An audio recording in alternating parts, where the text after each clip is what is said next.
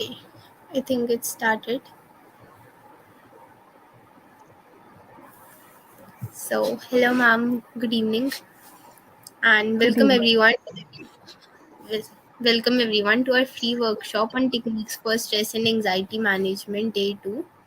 Yesterday, we learned a little bit about what is stress and what is anxiety, and today we'll be learning about the techniques to manage that. It is a pleasure to have you all here. This session is organized by the Psych Life, a mental health initiative working towards providing affordable therapy, trainings, raising mental health awareness, and also building India's first mental health store. The Psych Life is founded by Ms. Kirti Garg, who is a psychologist by profession, an assistant professor, and a mental health advocate. I am Kushi, a team member here at the Psych Life. It is our pleasure to welcome the facilitator for this training, Ms. Garima. She is a counseling psychologist and founder of Seeking My Mind. She is a trauma informed therapist, certified family therapy practitioner, rational emotive behavior therapy practitioner, and hypnotherapy practitioner. We are glad to have you here with us, ma'am. You can start with your introduction and everything. Thank you so much, Khushi, and that was a very lovely introduction also. And most of you might know me from yesterday and how the session was like yesterday. So today we'll be covering more about techniques and less about how it works because that was majorly covered yesterday. And Khushi, can you share the screen now? Done. Yes. So this is something from yesterday, the difference between stress and anxiety. I'll quickly recapitulate yesterday's concept so that all those people who are new here today can also know a little bit about what we had covered yesterday. So stress is about an identifiable threat that is actually there in the present moment, in the upcoming present. It's something that is actually there. Anxiety is mostly about what if this goes wrong, what if this goes wrong, what if that goes wrong, things that may or may not have an identifiable threat. So the techniques that we have covered here will be taking care of anxiety and stress, both. So do not worry about anxiety. Them will. And like I mentioned yesterday also, please use the chat box. Feel free to ask questions. Feel free to participate. Be your own selves. This is a non-judgmental space. This is a safe space for you all. And the more the participation, the more the interaction, I think the better the webinars go. So these are some of the symptoms, very few that I've mentioned here. There are a lot of other symptoms of anxiety, but just to give you a brief, there's all these symptoms such as feeling fear and uneasiness. And fear can be related to anything like this might go bad, that might go bad. What if I'm not able to do this? What if I don't succeed? This is all anxiety thoughts. Problem sleeping, cold or sweaty hands or feet, shortness of breath, restlessness is major anxiety symptom, and inability to relax. Obsessed with recurrent thoughts, inability to be still or calm. So yesterday we had covered about nervous system, about fight or flight mode, and threat perception. And today I'll be just recapitulating a little bit briefly. So whenever there is a threat, which could be a real threat or a perceived threat, and we feel overstimulated by it, as in if my body's response is supposed to be by normal levels, is supposed to react on a scale of 0 to 10, around 2 or 3, my body reacts to it on a scale somewhere around 5 or 6. That means I'm overstimulated. I'm feeling more than it should normally make me feel. So that leads to nervous system dysregulation, that is nervous system arousal. So if I have anxiety and my nervous system easily is very sensitive, it easily gets triggered. Somewhere and there are a lot of emotions associated with it also. So that means my nervous system is dysregulated. It is not in balance, rather it's hypersensitive somewhere here, and I need to bring it to balance to be able to deal with anxiety. So with nervous system, there are two types of nervous system that we majorly have. One is sympathetic, the other one is parasympathetic. And sympathetic nervous system is basically responsible for activation and energy giving areas, such as if I am faced with a threatening situation, actually, let's say, hypothetically, if there's a bear in front of me, then I need my body's resources to be able to fight or flight from that situation, to be able to either fight that bear or to be able to flight from that situation. These are my survival instincts. That is what the sympathetic nervous system does. And after some time, maybe I have fought, maybe I have, I got out of the situation, avoided whatever. But gradually, my nervous system levels go down to normal, and I'm able to feel calm and peaceful again. That is the work of parasympathetic nervous system, calming down my sympathetic nervous system. So, what are we focusing on when it comes to anxiety? The activation, that is the sympathetic nervous system. When it comes to anxiety, my sympathetic nervous system is reactive, it's hypersensitive. And what we need to do is basically calm it down more and more. So, with anxiety comes threat perception, something like I am unsafe. If you try to understand and try to figure out, a lot of your anxious thoughts will have this background related to safety, that I feel unsafe, I am unsafe, and these are all the negative thoughts that I'm having because of safety issues. We'll cover that. And there are physiological effects that you can see, such as sweating, trembling, breathlessness, palpitation, restlessness, sleep problems, irritability, headache. So once I have perceived a threat, my nervous system has become sensitive to it. Now I will start having these symptoms, which we easily get to see when people are anxious. And there's emotional dysregulation also that comes with it, which is mood swings, anger issues, crying spells, easily emotionally triggered.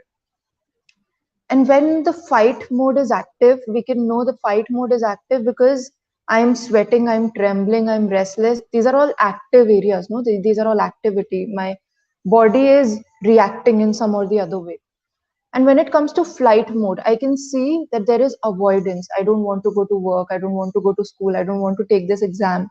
I feel fatigue. I find it hard to get out of bed, although there are constant recurring thoughts. There's increased sleep, there is social withdrawal.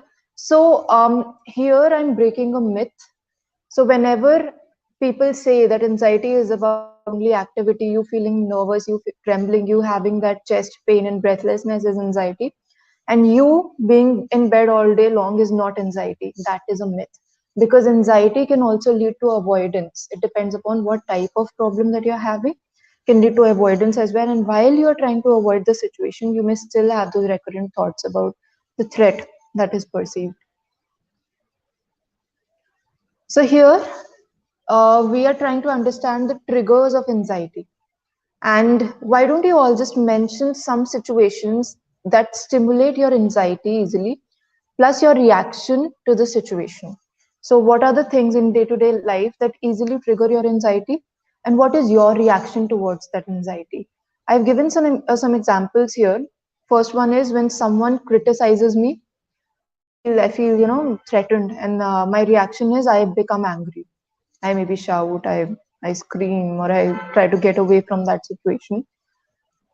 Second example is appearing for an interview, and my reaction could be feeling nervous and I feel like running away. No, I cannot face this, I want to avoid it. And the third example I have here is road accident. So road accident can, it does not have to be an accident, something like road rage. It will lead to fighting and screaming. Someone was crossing, just very closely from my car, and they made a dent on my car, and what did that lead to? It led to a lot of aggression. So I'm either fighting or screaming. So here were three examples to give you some idea about how you can go about this. So mention some situations in the chat box that stimulate your anxiety from your own personal experience, day to day life, and your reactions to the situation.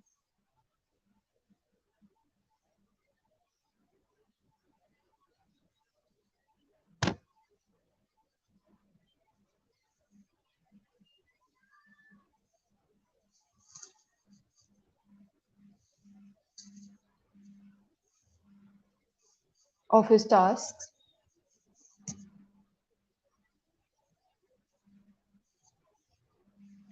Kushi, is my video quality okay? The screen quality, is it readable? Yes, ma'am. To me, it's visible, but I think some of them are facing issues.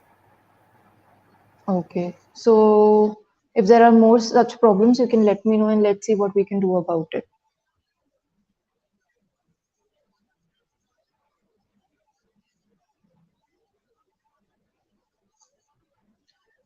Office tasks is an anxiety provoking situation, and what is your reaction to it?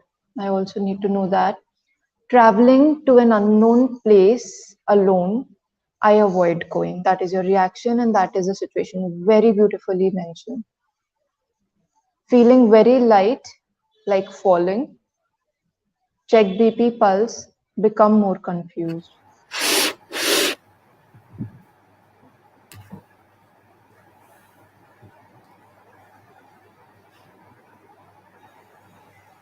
So,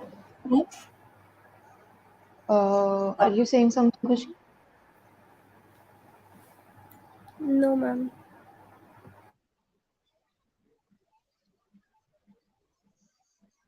Okay. So when you feel very light, like falling, and you check your BP and pulse, that is the situation, and the reaction is becoming more confused. Come on, guys, try to write more of these things. These are going to help you out. Feeling restless, sweating in palms. All right. That is the reaction to office tasks. Wanting to run away. All right. That is the reaction pretty much. When do not have a good workout, I get angry and frustrated. So the situation is not having a good workout, and the reaction is angry and frustrated.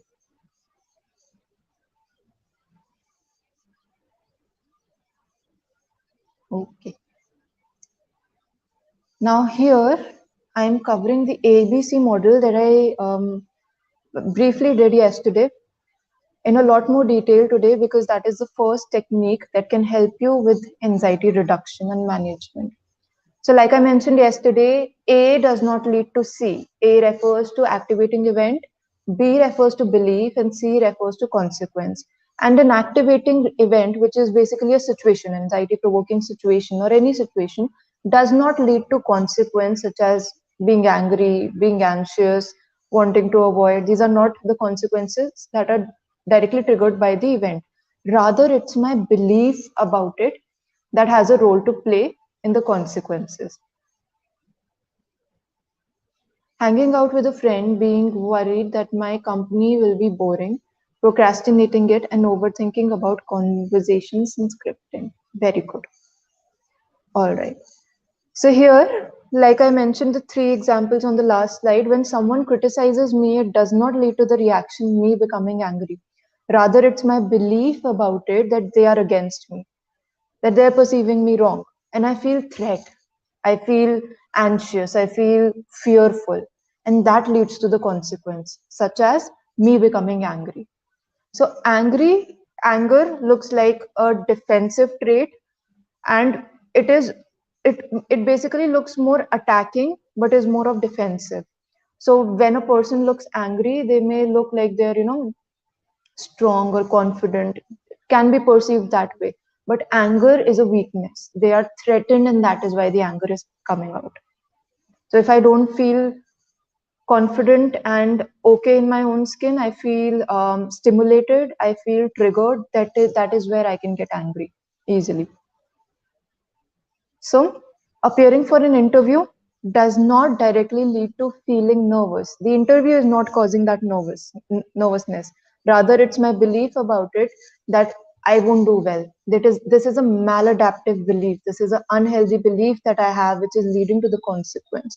Let's say in the same example, appearing for an interview, I have a different belief system, such as this is an opportunity where I can probably prove myself, and the consequence is going to change altogether. Something like I will feel more motivated, I will look forward to the interview, I will feel more confident, right?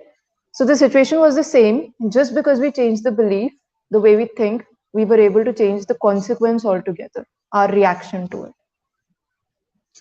The third one is road rage. and accident, road rage, anything of this sort. And my belief was that I just got into a fight and I need to save myself. I've just incurred a loss and I need to be attacking. So, and I also need to be saving myself from something that I perceive as a threat. In road rage, if there are two people involved, they both feel threatened. It's not that one of them is, feeling completely normal. And if that does happen, it would not really end up so much into rage. And that is again the threat perception that I'm having, that I need to save myself, which is leading to what? Consequences, fighting and screaming. That is a reaction. So the consequence in the first one is me becoming angry is fight. I feel like fighting. In the second one, feeling nervous, feeling of running away is flight. This is where my nervous system, I can see it's giving me different responses. In a particular situation, when someone criticizes me, I feel like arguing. I feel like throwing things maybe. And in another situation where I'm assessed for my skills, like an interview, I might feel like running away. That's my flight mode. And how do I know? I know by the way I react, and I become more insight. I become more receptive to it. How am I reacting? Is what is it that is leading to this reaction, and what is the belief behind it? Is it a adaptive, healthy belief, or is it an unhealthy belief? And in the same examples that we've had here in the chat box, let's try and change the way we think now. So the first one was office tasks. That was the activating event, that is the situation. And the consequence was feeling restless, sweating in palms, and wanting to run away. That was the consequence. So try to analyze what is the belief behind it. What is the thought process whenever you have those thoughts about office tasks? And try converting that maladaptive belief to more constructive belief. Write it down, just write down the beliefs that you basically have when you are uh, faced with a situation where there are office tasks or with a thought, something like that. So another one is traveling to an unknown place alone. I avoid going. Traveling to an unknown place alone is something I wouldn't say is unhealthy, because that is something that has a safety issue and you're working on that safety. I think that is not but if the thought of it, something like I have to go to that place and it's unavoidable and I need to go and that is giving me a lot of anxiety, then I would consider it, unhealthy. But wanting to avoid a place that could be unsafe is, I wouldn't think that is wrong, anything wrong in that. So traveling to an unknown place alone, but if it's safe, if the place is safe and you're still avoiding to go, try to understand the belief behind it, the thought behind it. What is the maladaptive thought? Let's try and identify our own triggers. Feeling very light, like falling, that is the activating event. And you become more confused when you check the BP and pulse, that is the consequence. And probably, if you try to think, there would be thoughts in your head, something like, I'm feeling very light and falling, like I feel like falling. What is going wrong with me? Do I have a problem? Am I going to faint? Is something going to go bad? What if no one's around me and I faint? Do you tend to have thoughts like these?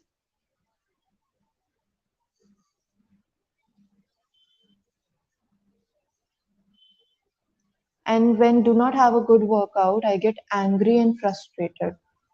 So when you do not have a good workout, what is your thought process like? That I didn't do well enough, that I should be doing more, that I'm not happy with what I've achieved today, and that is leading to anger and frustration.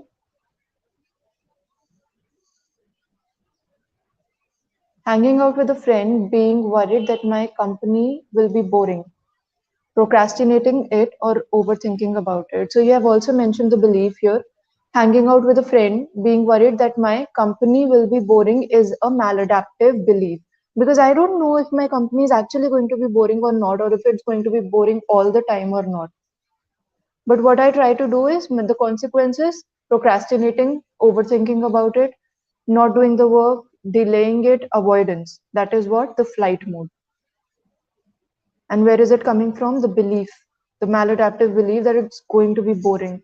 And if I try to change the belief a little bit and maybe can work upon it a little more, how can I make it a little more interesting? Maybe there's something I can do about it. Maybe I can talk to my colleagues about it if they feel the same way. Yes, Divya, that's a very good question. If we change the perspective and it's not convincing, how to believe in it? So, when we are changing the perspective, what we are doing is we are looking at the reality. We are not convincing ourselves of something positive. We are not changing negative to positive. We are changing negative to realistic, which is actually there, right? So, let's say in the first example, office tasks making a person feel restless, sweating in the palms, and wanting to run away. What is the reality behind it? The reality, the belief is that I do not feel safe. I do not feel like going to the office. Probably there's a lot of work. Probably I have to prove my worth. And these are all maladaptive thoughts. And what are the right reasons? What is the reality? It's that I'm going to office because I'm learning. And it's okay if I'm not doing well on some days because everyone has those days. But overall, I want to learn more, improve more. That's what I want to do. And it's okay for me to not be best at everything because I'm only human and no one is best at everything. Right? This is reality. We need to stick to reality. Overthinking of some particular event or thought leads to increased heart palpitation. Yes, overthinking. Again, you can see the root cause is somewhere thoughts, maladaptive thoughts, unhealthy thoughts. So we need to be mindful of what we are feeding this mind.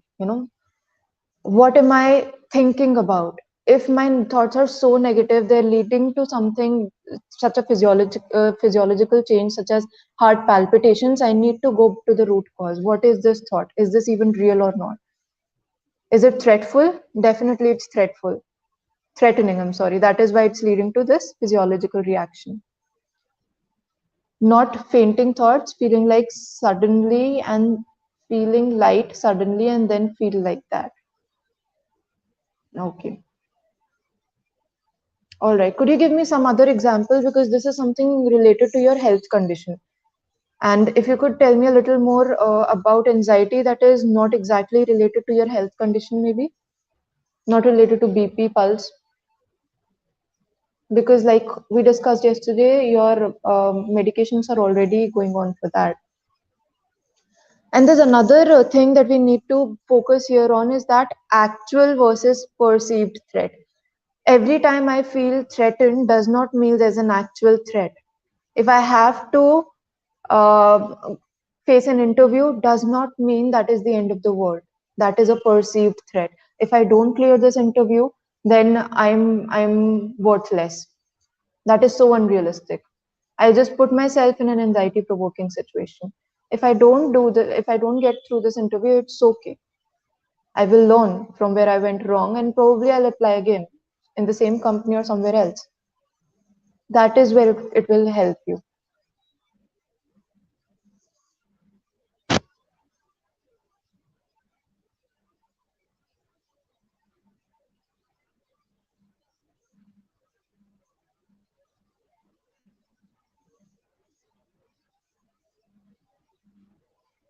Okay.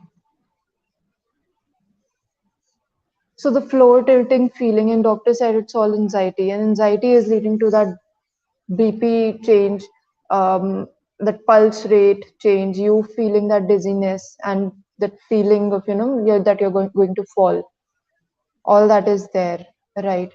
Try to have try to think about what happens whenever you are feeling a little bit of that tendency, like I'm feeling light, and what is the next thought that you have? Is it something like, oh, I'm having anxiety, or am I having anxiety? Is it something like that? Or is it like, it's okay, I'm going to be safe, I'm going to be all right? I need to know your thoughts about it. And while you type it in the chat box, I'll move to the next slide, which is locus of control. The second technique here is locus of control, which basically means that we all have certain control over certain situations, and we do not have control over all the situations in our life.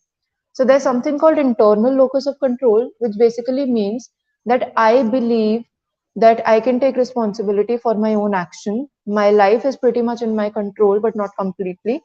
External is like I'm not taking responsibility. It's like if I do well in an exam, it's because of my luck. If I got through an interview, that was purely because of luck. Maybe I prayed in the morning and then went for an assessment and that went well. So I'm allotting all the reasons to anything and everything around me but myself, that I didn't do it. Rather, it's because of the external factors. That is why we call it external locus of control. And internal is when I'm telling myself that I'm the reason. Yes, I made it through the interview. I made it through the exam. I studied well and I got through it. And locus of control is a different concept. And what I'm trying to focus on here is that in anxiety, we tend to try and exercise a lot more control over situations that is not exactly there. So if I'm trying to control my past, that this particular thing happened, and I cannot go back and change it, but I'm still having those thoughts. I wish I would have done that. I could have said this. If I was in a fight, I would have given this argument. That is anxiety. And if I think about the future, what if this goes wrong? What if that goes wrong? Predictability. That is again my I'm talking about things and thinking about things that are pretty much out of my control, and I'm trying to practice over control, and that is giving me more anxiety. So every now and then I need to assess the situation of whether there's this particular situation and how much control do I really have on that situation, and how much can I really do about it. If my best friend is going out with a person who is not very healthy, let's say if he's a toxic person, and I keep blaming myself that, oh, I could not save her, she cannot see, but it's my responsibility, that's going to give me anxiety. But if I try to see that my responsibility here is not 100%, we are three people here in the situation, and I can only try and make her understand of what my perception is, not try to control the whole situation altogether. So these are the ways we try to deal with anxiety. And anxiety doesn't deal well with uncertainty. There's a typo here, and it doesn't deal well with uncertainty. And so it makes us practice over control over situations that are not in our control or are partially in our control, but we are trying to practice 100% control over there.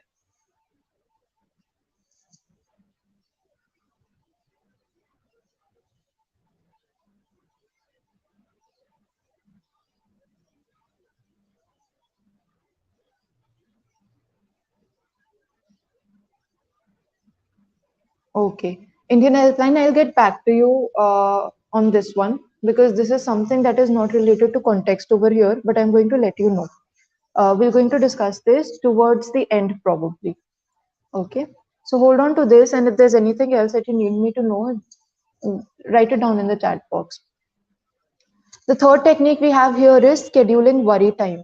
So how many of you think that you guys are overthinkers? If you think that you're an overthinker, that you are mostly preoccupied with your thoughts all through the day, type yes in the chat box.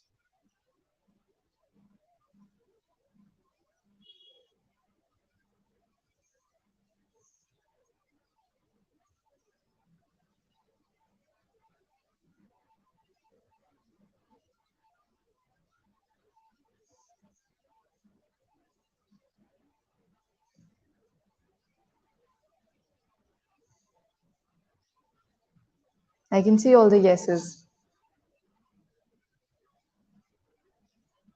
Lovely participation. So, what is overthinking? It's that I'm preoccupied with certain thoughts and I cannot let them go because I'm either obsessed about past, obsessed about future, about things that may or may not even be true. That these are all anxiety symptoms. Overthinking could or could not be an anxiety symptom, but most of the times it is. And what does it lead to? I am thinking and worrying so much that my mind and brain now is has adapted to it. That now it feels like I am thinking all the time, and that is the new normal for me. That is how I work. And that is the problem because my thoughts do not have a particular direction. They're going directionless anywhere in the negativity, positivity everywhere. Probably most in the negativity, mostly in the negativity because there's anxiety. And it does not have a time limit. So I can keep creating n number of scenarios in my head because that's what I do. Like I give all the time to my thoughts. I don't let them rest. I don't tell them that stop now. I need to focus on the present moment. Right? This is where things are becoming more complicated. Right? So what we need to do is the third technique, which is scheduling worry time. And it may sound a little unrealistic to you, but it works well. So try it before you judge it. And you need to be consistent with trying it because our mind has adapted to that habit of overthinking. It will take some time to adapt to this technique. So, scheduling worry time is me telling myself that I'm going to think for, let's say, 15 minutes in a day. I'm going to worry for 15 minutes in a day. That's the time that I allot for my worry. And I'm going to set a fixed time for it. Let's say 5 p.m. Let's say 3 p.m. You can create your own worry time. It can be from 3, it can be from 3:30, it can be in the evening, in the afternoon, whenever. Try to avoid night time. And whenever you do that, fix a limit to it. That 15 minutes or the upper limit is 20 minutes. Nothing beyond 20 minutes. Set a timer there. And all through the day, whenever you're working on task, you're at job, you're in office, or you're at college or in school, wherever you are, and whenever you have these worrisome thoughts, write them down in a notepad somewhere and tell yourself, remind yourself every now and then that I will think about these thoughts, but I have a stipulated time for that. That is 5 p.m., whatever time you have created, from 5 to 5:15. I won't think about it before that or after that. Everything has its time, and so have my worry thoughts. And when I'm doing that, I'm postponing my negative thoughts, my worried thoughts, and I'm living in the present moment more. So whenever you're postponing your thought to that worry time, bring yourself to the task at hand in the present moment. I need to think about it in this time, and what I need to focus upon right now is what is there in front of me. The class is going on, or I'm talking to my friend, or maybe I have a particular task allotted to me. I need to focus on this. And when you do that, you're going to see that you're limiting your worry thoughts, you're limiting your anxiety, and you're giving it lesser, much lesser power to overpower your mind. And that is when you'll realize that it is now you controlling your thoughts and your anxiety instead of your anxiety and your negative thoughts controlling you.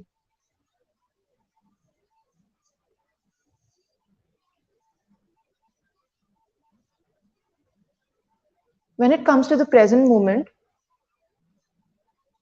seems like 15-20 minutes is too less for my thoughts. I agree, completely agree. For overthinkers who have this tendency of being obsessed with thoughts all through the day, 15-20 minutes is nothing, right? But that is the motive of this activity altogether. That we need to bring them down. We need to reduce their intensity. We need to be thinking we need to cover all these thoughts in 15 to 20 minutes time frame. That means that I am changing my habit from overthinking all through the day to stipulated time frame. So when it comes to present moment, remember that anxiety is like a pendulum. It keeps swinging from the past to the future, from past from future. And you may observe it in your day-to-day life. Your thoughts are from past to future and past and future, and less about the present of what is actually going on, in front of you. Are you guys facing this right now also? That there's this webinar going on and you have thoughts in your head? Let me know in the chat box. Are you guys distracted by your thoughts?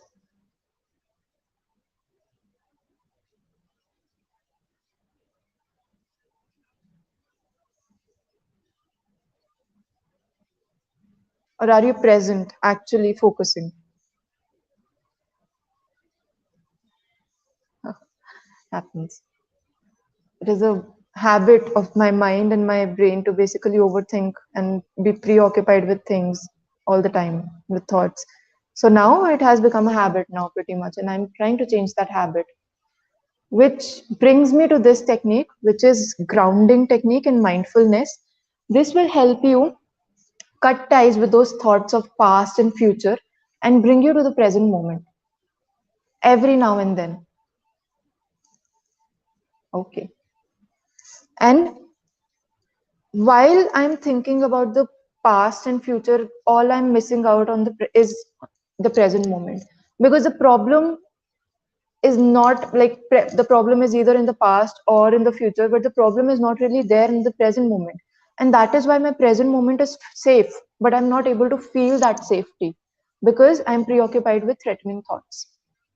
So I need to do this technique, which is called 5, 4, 3, 2, 1 technique for grounding myself, bringing myself to the present moment, and it works beautifully with my clients. So try it out.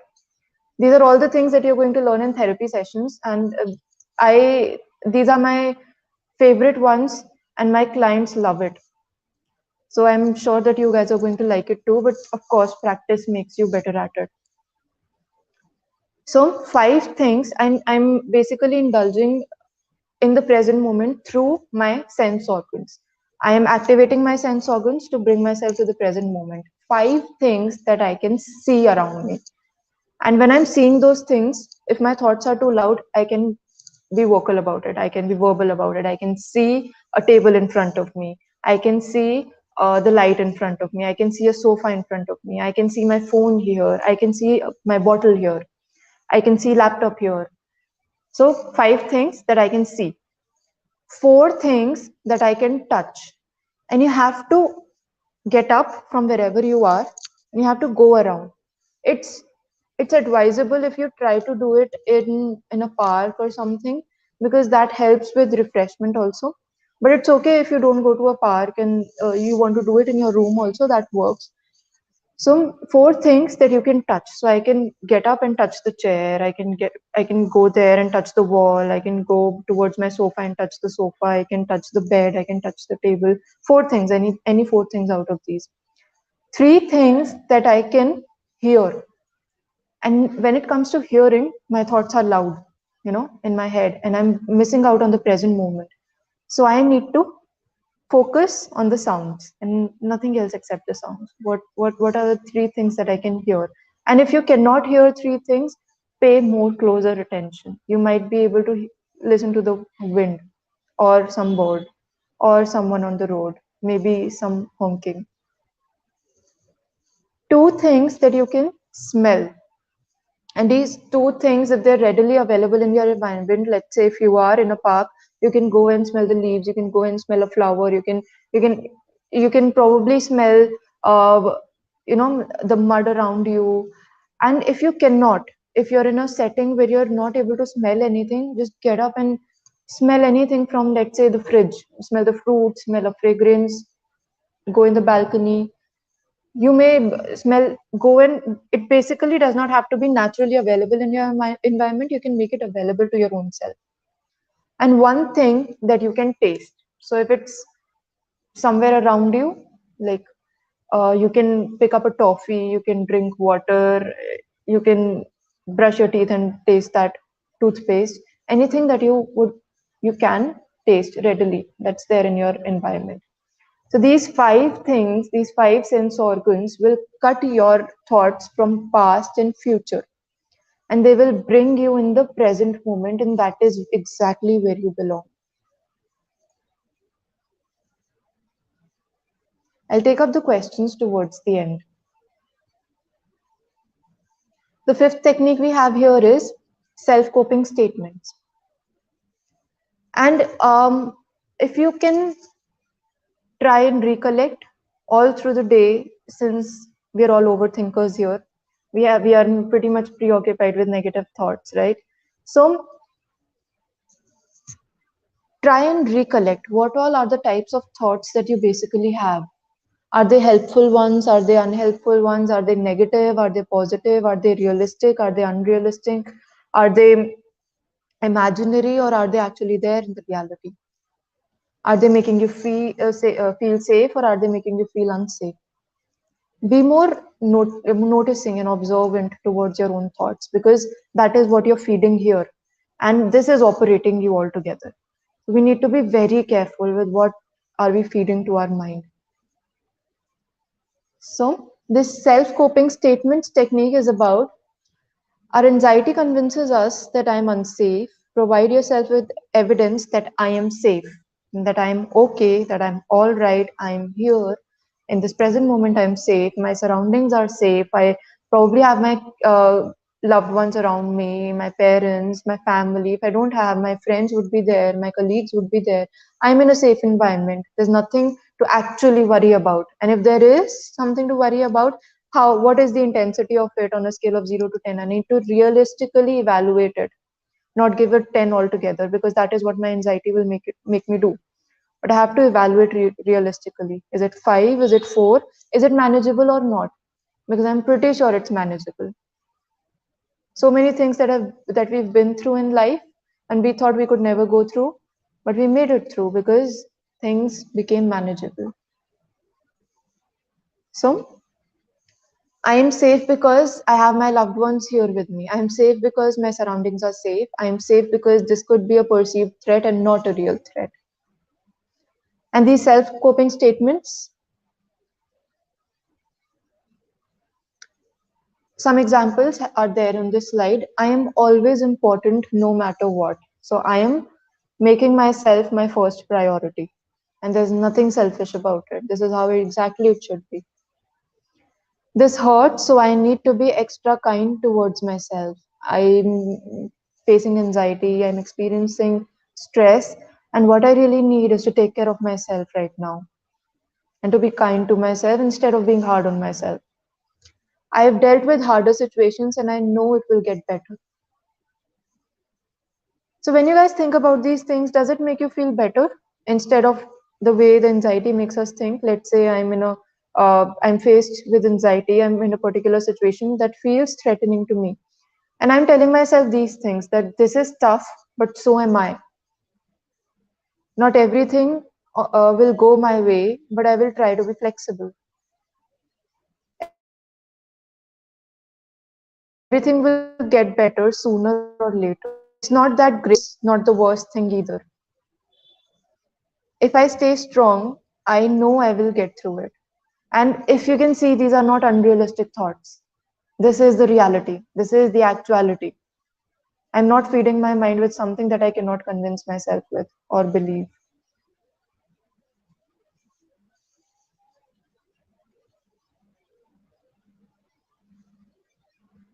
Yes, so these are coping statements that I'm providing myself with. You can look up for more coping statements on Google. They help you beautifully, especially with the times when you're actually faced with an anxiety in that moment. But for right now, just in this moment, try and create and mention 2 positive self coping statements in the chat box. Remember, it has to be realistic. And create 2 positive coping statements for your own self and mention it in the chat box. Quickly, quickly.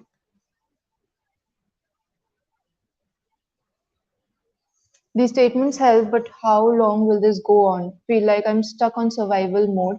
I wonder if I'll live freely, ever live freely.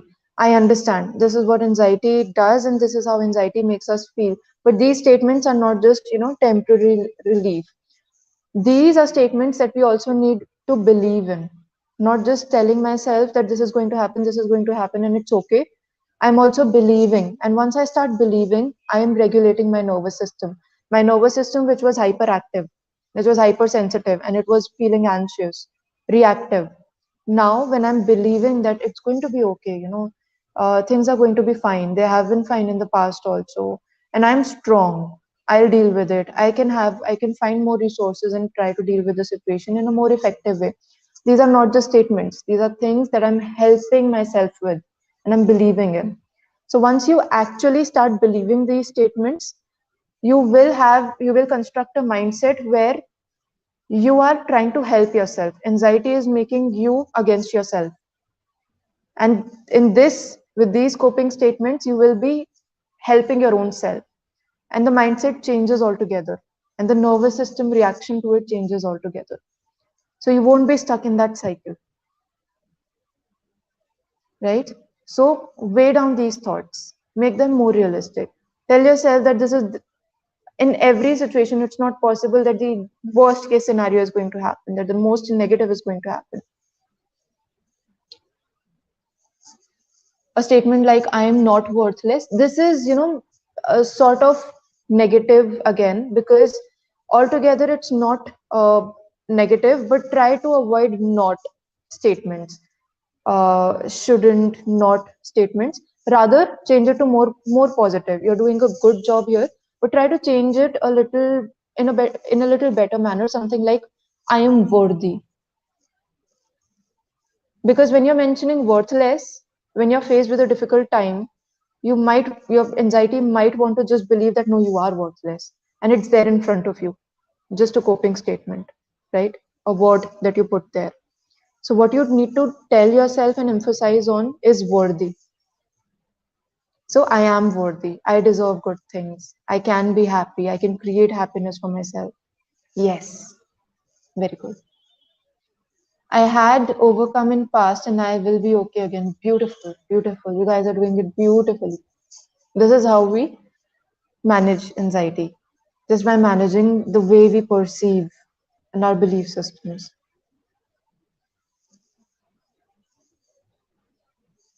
Moving to the next technique, which is deep breathing. And I'm sure a lot of you will be aware of it, that deep breathing calms you down. Might have heard from the family, relatives, people saying it, even if I don't know how it works. So I'll tell you how it works. It is not something that is, just spreading without a reason. That deep breathing karo aur theek ho jaoge. It's not, doesn't work that way exactly, but it's not even a myth. So deep breathing, what it does is, since we talked about sympathetic nervous system and parasympathetic nervous system, sympathetic nervous system is related to reactivity, fight or flight mode, activation, gathering the resources to fight or flight from that situation, having those physiological effects such as palpitations, breathlessness, sweating, trembling. All these things are the responsibility and function of sympathetic nervous system. And my parasympathetic nervous system is responsible for calming down all the functions of my sympathetic nervous system. It's the calming mechanism, bringing me back to homeostasis, normal, peace. Okay. So what I need to do is know, first of all, I need to know that my anxiety makes my sympathetic nervous system more active. It has got an access and it keeps using that access every now and then. And my parasympathetic nervous system is not able to work that well to calm my sympathetic nervous system every now and then. So, what I need to do is activate my parasympathetic nervous system more to feel more calm, to feel more relaxed, and help my parasympathetic nervous system even more. Now, how do I do that? So, there's this um, cranial nerve. I won't get into much technicality, especially for the people who are not from the psychology or biology background. So we have cranial nerves, which are, nerves connecting brain to the vital body organs. And there's this nerve called vagus nerve, which is one of the longest cranial nerve of our body, and it connects our brain with the vital organs such as respiration. That is whenever I feel anxious, my breathing is impacted. I feel breathless. My pupils are dilated because it's also covering my eyes. And then it's my lungs, my digestion system. I feel nauseous, or I feel like puking, or I feel like my stomach is upset now, right? My heart rate, it goes higher, palpitations are there. So all these vital organs are basically connected to the brain by this nerve called vagus nerve. And when we stimulate this nerve, it leads to more activation of the parasympathetic nervous system. And this is where I am helping my parasympathetic nervous system in calming down my sympathetic nervous system, basically calming down my anxiety and my threat and feel more peaceful, feel more at calm, relax more. This is how I do it. And just by deep breathing, I can stimulate my vagus nerve, which can lead to calmness, which is how I'm helping my body recover from anxiety. And this is called box breathing here for 4 counts. It doesn't have to be 4 seconds. And these 4 counts are something that is very subjective. So it does not have to be 4 counts where you're struggling. Anything that is easy and doable and not too easy also. For 4 counts, I breathe, I inhale. For 4 counts, I hold. For 4 counts, I exhale. And for 4 counts, I hold again. It brings balance to your mind and body, just as we discussed, regulates your natural rhythm. For here, let's consider just nervous system. Let's not take too much on our plate. Effective in dealing with stress, anxiety, and anger. Because we are helping our nervous system, we are helping our own body. We are contributing to more reasons for it to calm down. And 444 is this breathing technique. Try to do it every day because this is something that does not have side effects. Try to do it in a consistent manner. You do not have to wake up 5 a.m. in the morning to do it. You can do it anytime, empty stomach or not.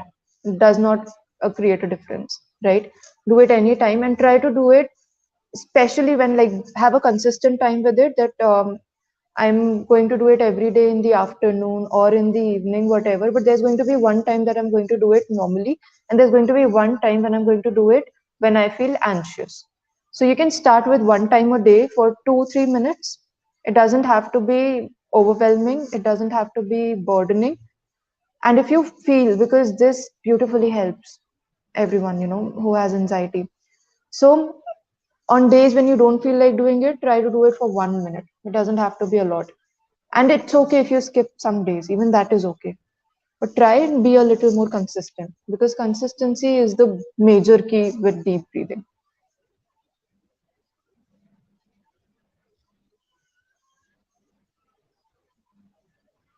Yes, there's another technique called 468. There are many breathing techniques. There's another 555 also.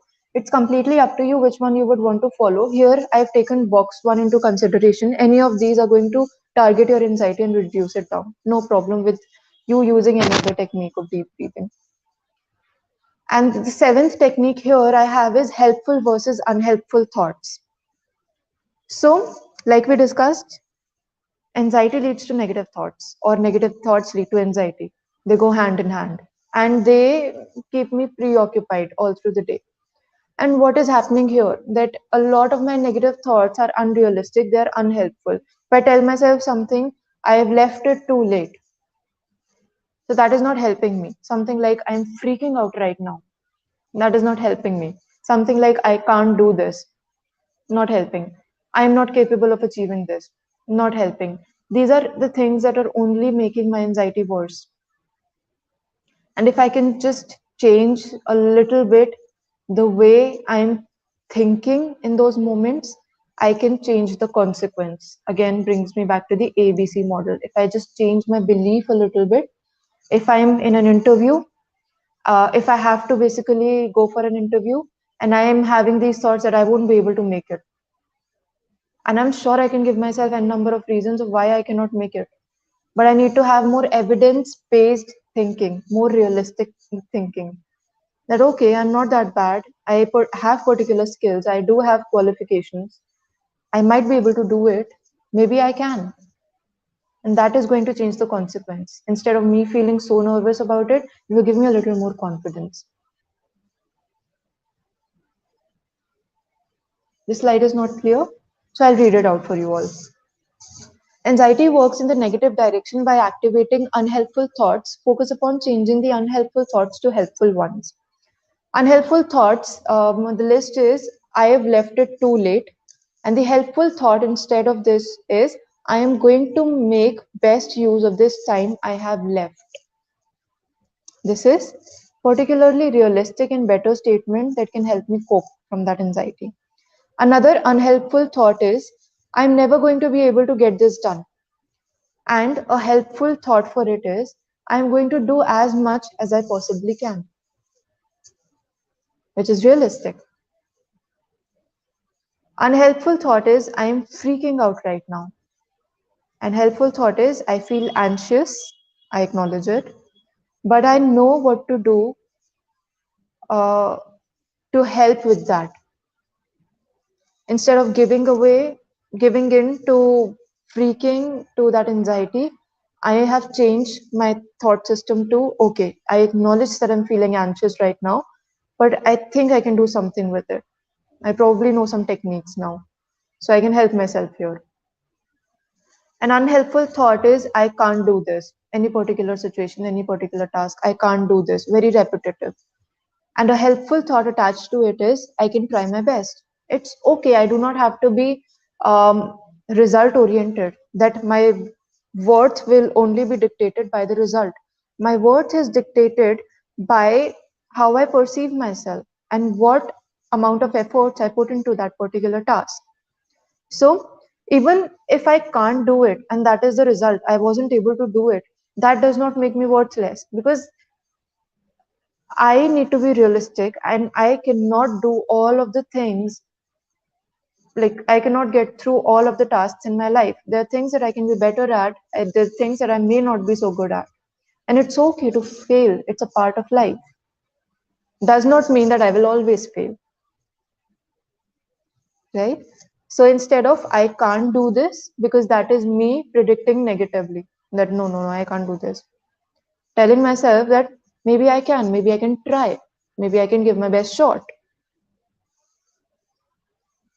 An unhelpful thought is, it's too hard to do a particular task, whatever it is. And helpful thought attached to it is, nothing worth having comes easy. It's hard, but I have a plan to break it down and get through it. Such a wonderful thought, right?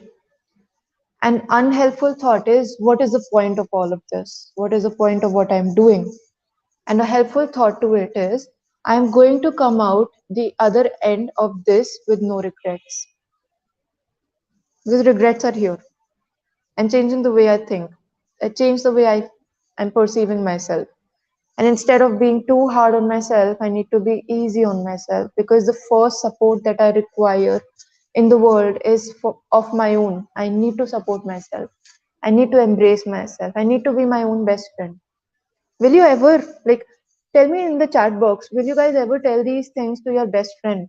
The unhelpful thoughts that you cannot do it, that this particular task is too hard, it's beyond your mechanism, you won't be able to attain it. And what is the point of even doing this? Why are you even trying so hard? You're not going to have the result as you're desiring, or you're too late in life. Do you realize that you're too late in life? What are you going to do now? And you're never going to be able to get this done. Do you ever talk to your best friend like that? Tell me in the chat box.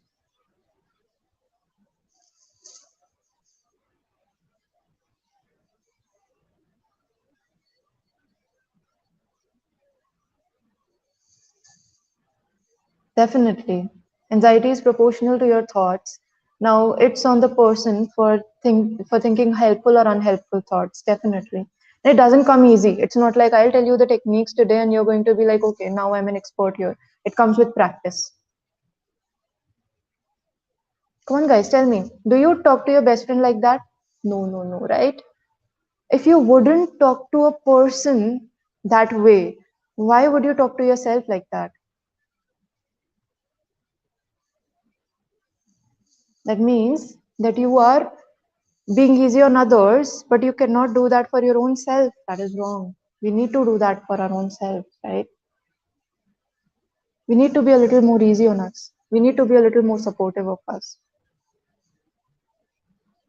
In the last slide, I have covered other techniques that include self validation and self rewarding.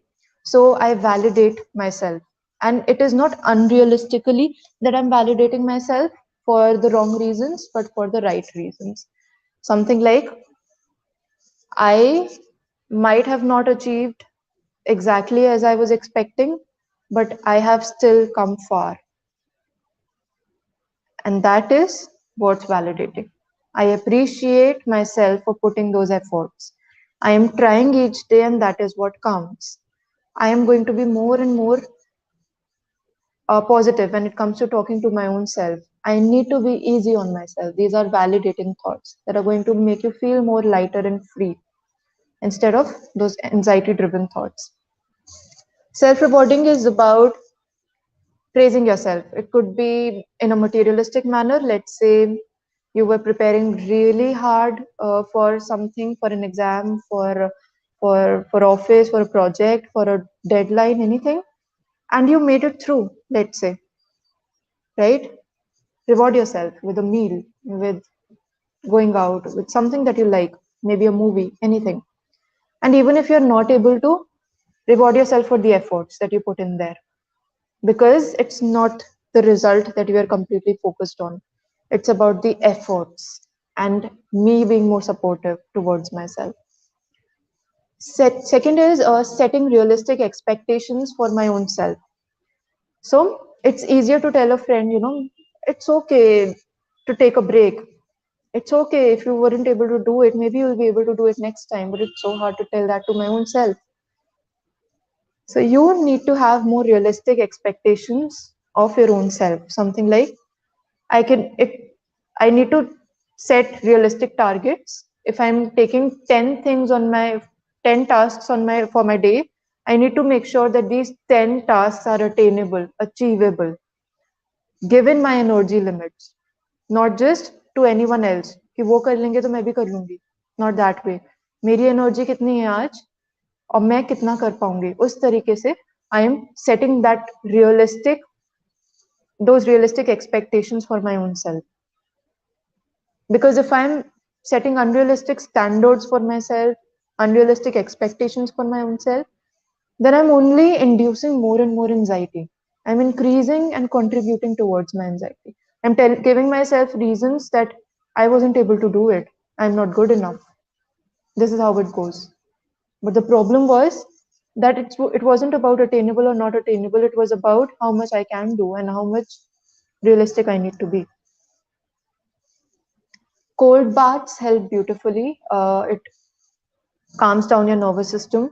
It activates more of your parasympathetic nervous system, and it helps you with calming down in the long run also. So anxiety is something that comes all like instantly from at the mind and at the physiological level also. And in the long run, if you keep practicing deep breathing, mindfulness, cold baths, all these things, they can you can see a very good change in yourself, a very good difference between how you reacted and how you felt in the past when it came to facing an anxious situation and how you feel now. You'll be more relaxed. Relaxation techniques include meditation, imagery. There's something called guided imagery. And if you guys don't have it, I'll send the link of one video of guided imagery over chat. I'll ask Kirti to share it in the group. There's something called progressive muscle relaxation. So these are relaxation techniques that we use, that we basically utilize in our therapy sessions with our clients, and our clients benefit from it beautifully. So progressive muscle relaxation is about a little bit of body movement. I am it's guided by a voice. I'll share the YouTube link of it, and I'm asked to do particular things at particular given times. Let's say I'm guided by a voice which says you are supposed to clench your fist, hold, and now relax. Clench your jaw and relax. This is how they make you clench your body parts and then relax. And this is an evidence based thing. This is highly researched upon, and it helps you with the anxiety in the long run. Hobbies, self care, and enjoyment. Enjoyment, I'm sorry. So, too much work and no leisure is never a good idea. I need to be able to enjoy things in my life also. So I need to have that balance, that I'm working, I'm giving time to my family, I'm doing whatever I can. What is my time, what is me time, and what are the things that I like, what I enjoy doing, and how much time am I allotting out of my whole day to those things. How much time am I taking out for my own self and being in a whole day. Humor. So anxiety is also about taking things too seriously, and this is very controversial, so I'll be very sensitive about how I'm speaking and what I'm speaking. There are situations that need to be taken seriously, but it depends upon what the situation requires and what my reaction is also. So if the situation requires, on a scale of 0 to 10, 3% of intense reaction, and I'm giving it 5 or 6 on that scale, then I'm taking it too seriously, I'm overthinking about it, and I'm putting myself in that threat state. And my body is just moving away from relaxation. And if I could use a little more humor in my life, something like, um, okay, I fell in the public in front of people. So, with people who have social anxiety disorder, it's going to be a devastating thing, right? But I'm keeping that population aside. I'm focusing on the non-social anxiety people here.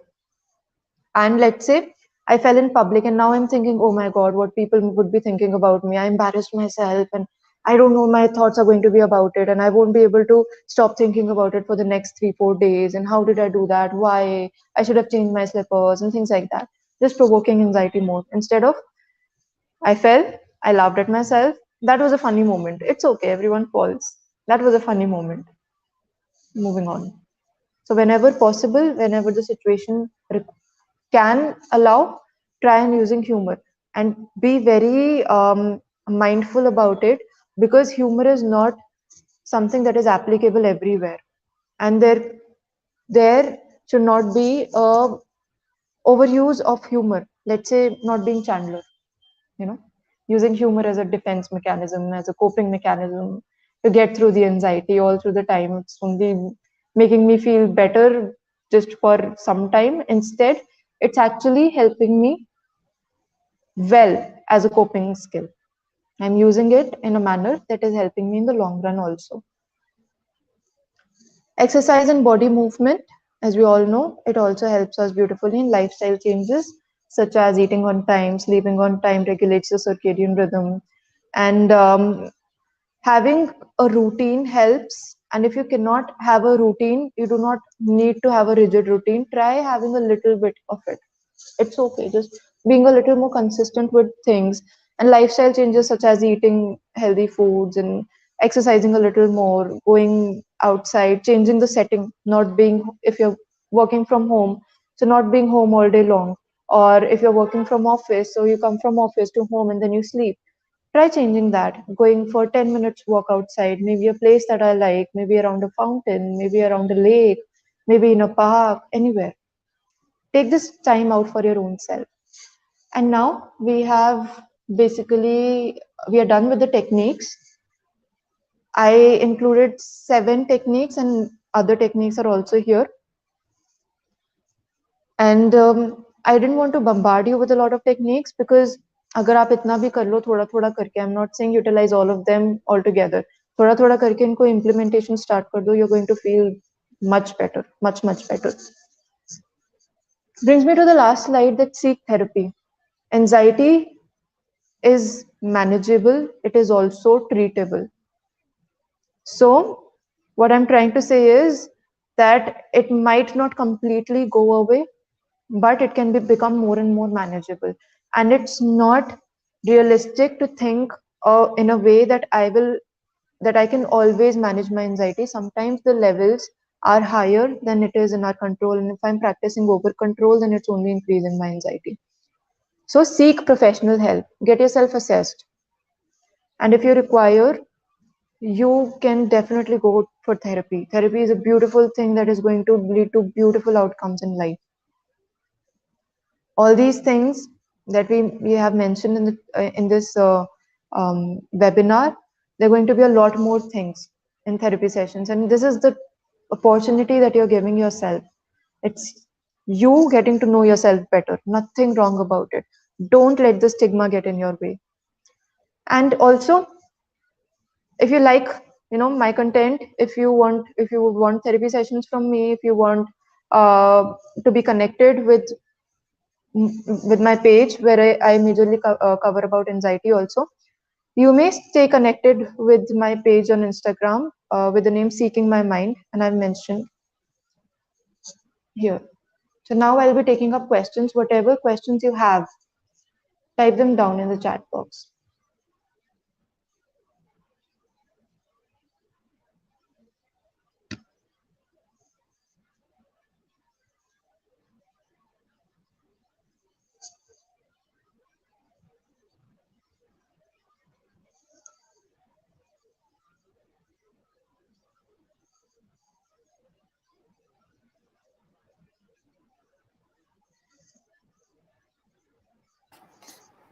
Ma'am, are we done? I'm letting the participants know if they have some questions, they may type it in the chat box. So let's take a minute or two, and then we can probably end the session. And let me take up the previously asked questions.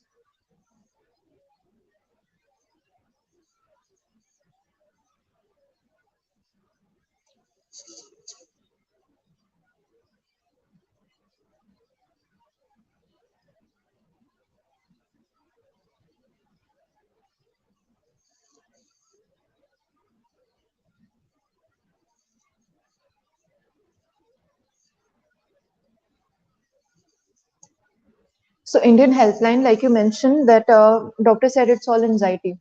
Anxiety gets more strong when we have uh, more anxious thoughts and threatening thoughts in the backup. So let's say if I am experiencing anxiety and I'm having thoughts like, am I going crazy? I'm freaking out right now. I'm having an anxiety attack.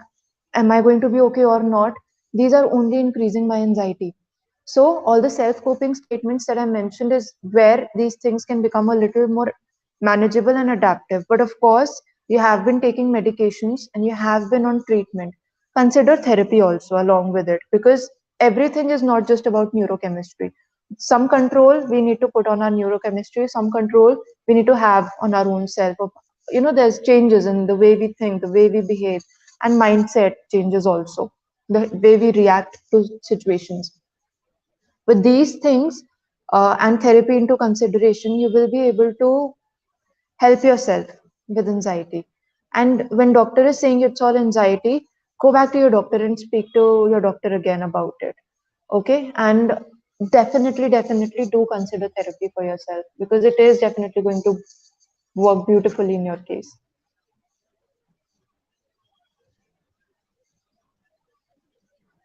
Is it weakness, anxiety, BP, pulse? So if your doctor is saying, because they have basically interviewed you for the symptoms, right? And if they're saying it's anxiety, it's a very good chance that it is anxiety. Anxiety leads to fatigue, bodily fatigue. I feel that I cannot move. I'm feeling like my BP is low. I'm not able to uh, stay awake. All these things are also side effects of anxiety. It could be.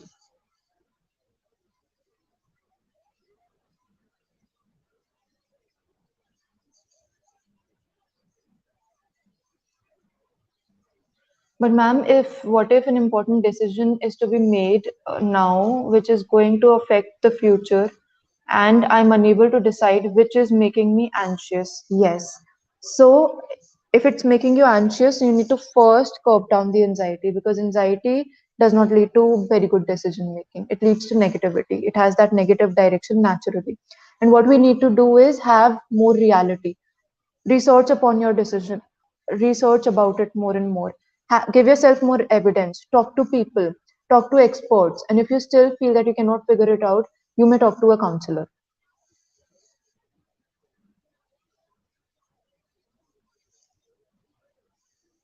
And Divya, since you mentioned that you're stuck in survival mode, all these techniques that I have covered here are focused upon getting out of that survival mode, getting out of that fight or flight, and living in the present moment, actually living, not just breathing through.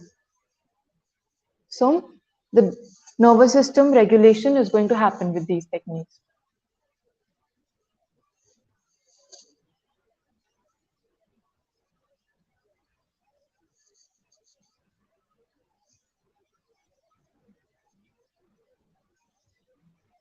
If the doctor says not to measure your BP, try and avoid it, because if it's induced, if it's basically triggered by anxiety, and then you feel that your BP is low, and you check your BP, and if actually it comes out to be a little low, then it's going to increase the anxiety, and it's going to turn your BP more low. It's going to make you feel more sick. This is a cycle that you need to break. So the doctor has said it for a reason.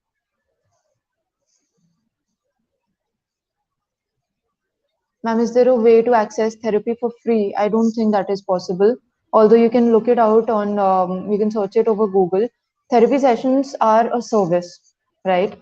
So when we are professionals, we are expecting to also earn from it, because there are therapists who can provide you with a sliding scale, but free of cost therapy sessions is something that is not even a good idea. Because if I'm providing three free therapy sessions, let's say, my client will not be very serious about the therapy sessions. They may not go back and do the homework. They may not be thinking. They may not be working upon themselves that much. And when there's cost related to it that they're paying, then the client knows that I'm paying for the service and I need to do the homework. They're motivated that I need to do this to be able to find that relief. And when there is no payment therapy sessions, clients are not very serious, so they feel that okay, therapy chal rahi hai but kuch asar nahi ho raha, kuch kaam nahi ho raha. That is what it leads to. So it's not going to lead to anything good for you or for the therapist. There are high chances you might not feel like things are working out. And that is why everything in therapy sessions is decided upon, thought very delicately.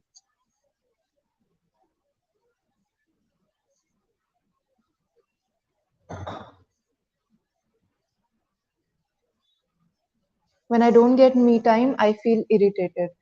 It's okay. Do not be very rigid about the me time that I definitely need to have that half an hour time for myself. Make it a little more flexible that today I'm not getting time and I'm running on a tight schedule. So even 5 minutes of me time can be okay. And make your me time very subjective also. Me time can be about singing, dancing, and painting, and me time can also be about me doing deep breathing for 5 minutes.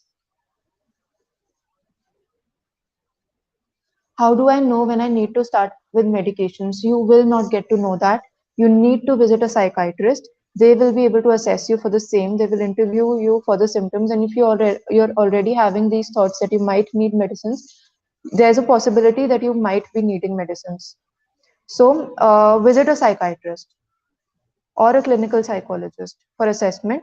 I would rather, because clinical psychologists do not provide with medications, go to a psychiatrist. They will evaluate you, they will understand your symptoms, and they can let you know. And I think that is all, right? I have covered everything. Right, Khushi? Am I missing out on anything?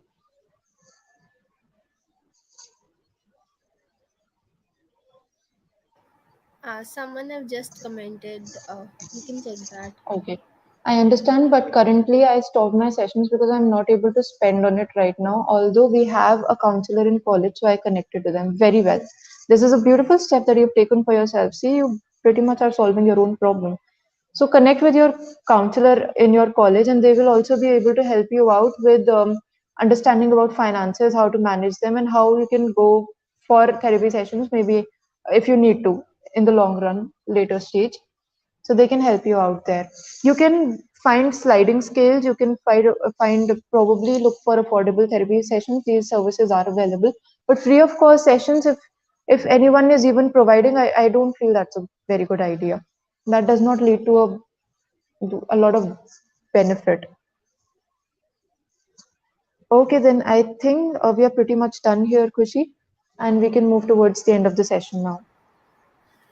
Ma'am, I also have a question. Sure. That since we know psychology and therapy is not much in trend and people think that it's a waste of time, but still there are people like who are actually struggling and want to go for therapy, but like maybe their parents won't allow, or they won't be able to afford. And so for those people, I think having pro bono therapy, that is an essential thing. Like at least they can start with that and continue forward if they want to. So don't you think like Definitely, it's a good thing to have that for like a lot of definitely. cases? Yeah, everything have their pros and cons, but I think that it is a good thing if we have that for beginning. Yes, definitely. And that's a beautifully said thing, Kushi, because I have realized being a professional that therapy is for everyone. And it's not just something that we are spreading, in the air, and we as professionals are spreading through the air. It is something that we realize in our practice that therapy is not just for people who have disorders or who have mental health problems. It's for everyone. I may have problems in my life. I may have financial problems. I might have had a breakup. I might have family issues. Even if I don't have issues, I have this problem of overthinking. I may have anxiety, even if it's not an anxiety disorder. For all these things, because there is no such thing as a perfect human, and no one's got it all figured out, right? So we all go through challenges in our day to day life, and it's okay to go through them, but it depends upon our coping skills and the impact that these challenges have on us. And if it's impacting us a little more than the normal levels, then definitely give therapy a try. The society, the stigma will always be an obstacle in our way, and it's a major obstacle in our culture. But when we are suffering, we only know our suffering. And all those clients who actually make it to the sessions, I really praise them. I really commend them because it is a very courageous act that they have to fight that social stigma and then show up in the therapy sessions. That is absolutely beautiful. But remember that when you are faced with a problem, this society is not coming to help you, right? The society that is placing that stigma in front of you, it's not coming to save you. All those people who tell you that therapy is for people who are mentally retarded or they have some psychological problem, they do not have knowledge and much information. We are professionals, we know it much better than layman people do. So therapy is for everyone. If you can afford it, go for a price slot for, like Khushi mentioned, pro bono sessions. And if you cannot afford it, I'm sure there are affordable options out there. It's not like you cannot afford therapy. That is just one stigma, a myth around it. So give therapy a chance once in your lifetime. I've heard it from a lot of my clients. They say when they come to the session, I'm sharing a personal experience here. And when they come to the session, they're like, I don't know what led me here. That I never thought I could end up here. This is the worst thing in life. And while they are, it's towards the termination of the sessions, they're like, now I want to be vocal about it. I want to be so vocal about it. I want to tell everyone that this is for everyone, that this is not just for the ill. And I would want to come back. It's okay. This is a place where I can breathe. This is my place, and I feel so happy here. So, this is me, my clients telling me this, and it's absolutely beautiful. Yes, I think everyone should go to therapy once in their lifetime. It's a beautiful opportunity for your own self. Yeah, also what I think is like even if at least they are willing to change themselves, like even if a person is just overthinking or maybe having distortions in their personal lives and they're wanting to go but they won't be able to because of the situations or the stigma, but even if they are getting a chance to go for pro bono therapy and they are going, then I think they are willing to change themselves and make themselves better. So I think that's a good thing. Definitely. And this definitely showcases growth mindset, of course, which is praiseworthy, but not to forget that there are people who understand and realize that they need help and who do not end up taking therapy sessions because the social stigma is attached to them. Does not mean that they do not have a growth mindset. That means that they showed courage, they were courageous, but of course, something got in the way. Does not mean that it's a full stop. Later on, they can go for the therapy sessions. Yeah, I really hope that people understand that in their lifetime and go for therapy. Okay, then I think we are done here. If anyone wants to say something. Okay, then thank you so much, ma'am, for the great session.